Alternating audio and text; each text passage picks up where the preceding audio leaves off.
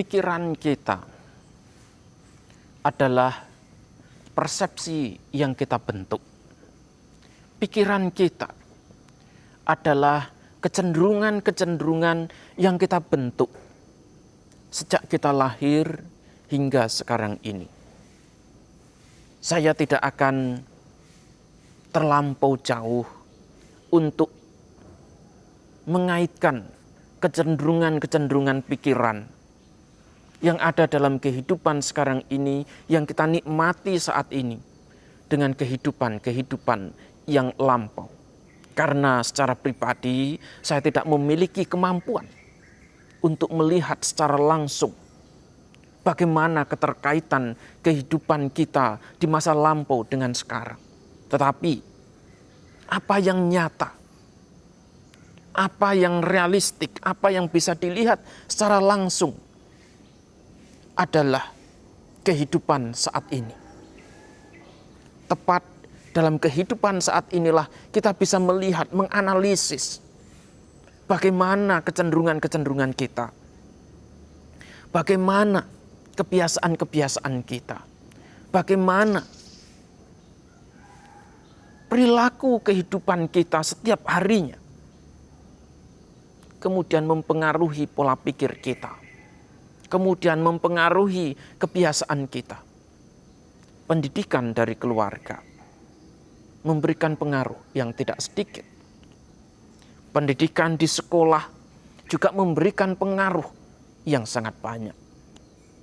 Pergaulan kita dengan sahabat, dengan teman, dengan orang-orang sekitar kita juga memberikan pengaruh yang tidak bisa diremehkan. Alam, kemudian tempat kita tinggal juga akan memberikan pengaruh. Makanan juga tidak kalah pentingnya memberikan pengaruh terhadap terbentuknya kebiasaan kita. Nah, oleh karena itulah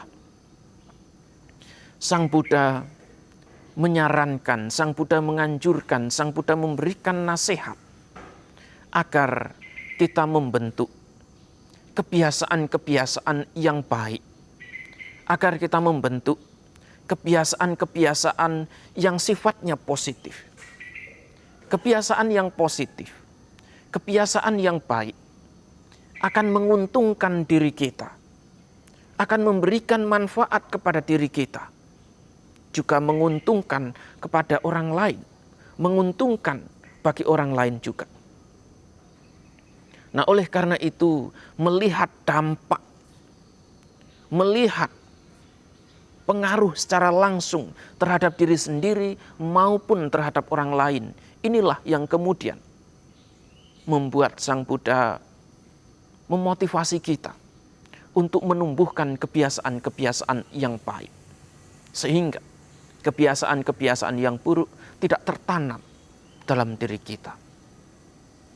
Kebiasaan yang baik adalah kebiasaan yang mampu menimbulkan motivasi untuk berjuang.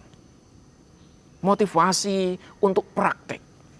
Motivasi untuk mengakhiri penderitaan dalam kehidupan sekarang ini juga. Setiap kebiasaan yang tujuannya adalah untuk memperpanjang samsara, memperpanjang penderitaan, memperpanjang duka nestapa.